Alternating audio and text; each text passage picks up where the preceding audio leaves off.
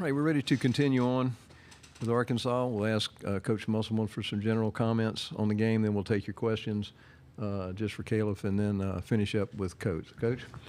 Just give South Carolina a ton of credit. Defensively, they were really good.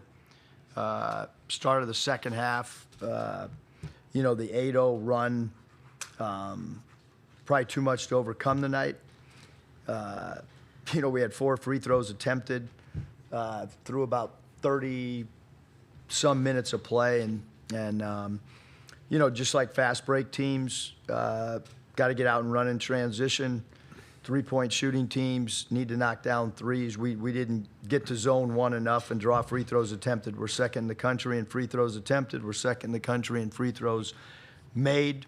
And, that wasn't the case tonight. South Carolina's a great defensive team. And, we tried not to settle for threes, which we only took 13.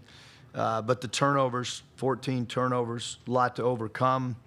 The field goal percentage for us, 53 one half, 50 in another. You think you're right there, 52% for the game. Difference for us offensively was like I mentioned, the inability for us to draw fouls tonight. All right, we go to questions for Khalif. If anyone have a question, raise your hand. Let's start right on the front. Bob? Yeah, KB, you're a guy that's been taking, 17, 15, 14 free throws a game. Eric alluded to it. How tough was that? That you guys, I guess, weren't getting the calls for whatever reason that you maybe do a lot of games. It's tough. I mean, that's part of our game plan. I thought we were going we could have went to the basket a little better, but the refs didn't call it that way. So sometimes how the game goes. Do you have a follow-up? Yeah. Obviously, you had a really good season when you got cooking late in the year, but not the season, people, I know you guys didn't expect it, media, whoever. Just is there a way you can sum up the season and maybe why things didn't go as expected overall with the team? I don't know. I mean, I hear a lot of things about, like I know Coach gets a lot of negative attention. But, the whole coaching staff works really hard. And, at the end of the day, it's on the players. These guys, they spend overtime, working on a game plan and watching film and, doing a lot of like detailed-oriented stuff. So, it's on the players this season. Anybody else asking? Other questions, raise your hand. Okay, Bob, go. As far as I know, you said the other day you're a Razorback, but like Eric said, you got to make a decision when you have some time to think about it more. I mean, what's the process like for you now? Because you do have a year of eligibility left. I don't know. We just lost, so I'm not even. I don't know. Well, I mean, I'm right now, like my mind is getting ready for next year, so and that's it. I get you. Okay, we got one more question. Okay. Go. What impressed South Carolina? Obviously, got in the paint. They're big, strong guys. They look like football players to me. But what were you impressed the most about them today? They play together. That was the difference in the game. I don't think. I think we're just as talented. I think we were just as talented as anybody in the country. But they play together. They were a team out there. They were a team. Khalif, if you can return to the locker room. Thank you. And we'll continue on with questions for Coach Musselman. Raise your hand, and we'll get a remote mic to you. We'll start right on the front row.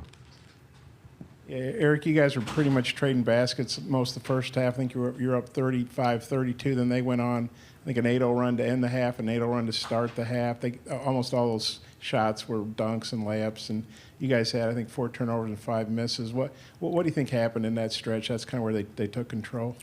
Yeah, I thought, they attacked the rim. They did a great job in paint points the entire game, 52 points in the paint. We didn't guard the paint like you need to against a really good, talented team, a team that's ranked, a team that's got a chance to play in Sweet 16s or Elite 8s or Final 4s. That's how good they are. That's how connected they are. that's how well coached they are. Questions for Coach Musselman? All right, let's come back to the front.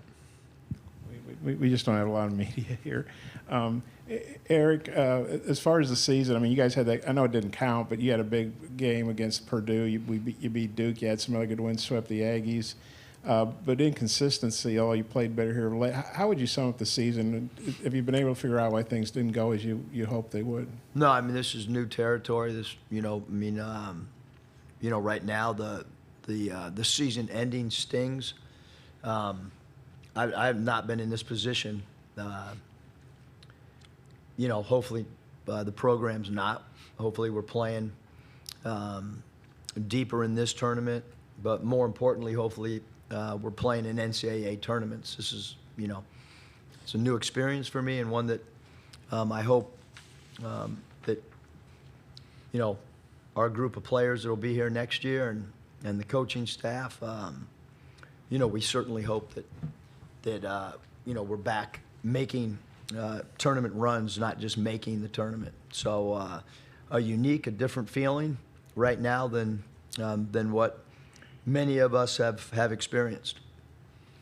Okay. Anybody else? T-Mark's been your top scorer all year, real consistent. Maybe a couple games where he's had under 10, but today they held him to 2. I think he only had 4 shots. How tough was that, and what did they do in your mind to limit him? Yeah, I mean, in my opinion, and I don't know who was assigned to him every possession, but Cooper is one of my favorite players in the league to watch. I think he's phenomenal. I think he's a great defender. I think he's a true point guard. He's got great size. I think NBA teams have to take a serious look at him because he's a connector. The team is super connected with him on the floor. And I think he's one of the best defenders in the league. Doesn't matter how many steals he has. He understands spacing. He's got great length, and he's really strong.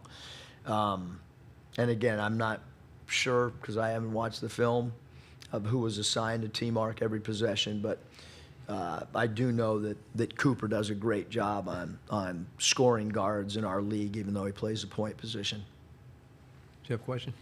I know it's tough to look at it now, but this tournament's going to look different next year with the 2 new teams. How much tougher is an already tough league and tournament about to get? Yeah, I'm not really concerned about, who comes in. I think when you add great coaching, great programs, everybody rises. You know what I mean? You have to. So maybe we get more tournament teams in. I don't know, because it's new for us. And again, after a loss, I'm not really thinking about Oklahoma or Texas. I'm thinking about about this game and our season.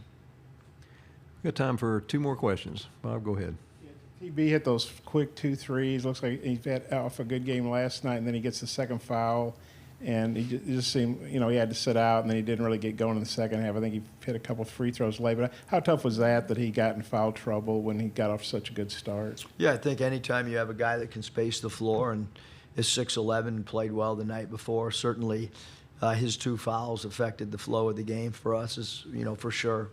But credit to, South Carolina for attacking the paint and putting pressure on the rim. Bob, you want to take the last question? Eric, I don't know how you could be any more intense than you already are, but when you've had a great 8 seasons, and great NCAA tournament runs, and then you have a season like this, well, what does that do for your motivation, or can you not be any more motivated than you've already have been, No, I'm probably more motivated right now at this moment than I ever have been. So yeah, I can't wait to work. Thank you. Yep.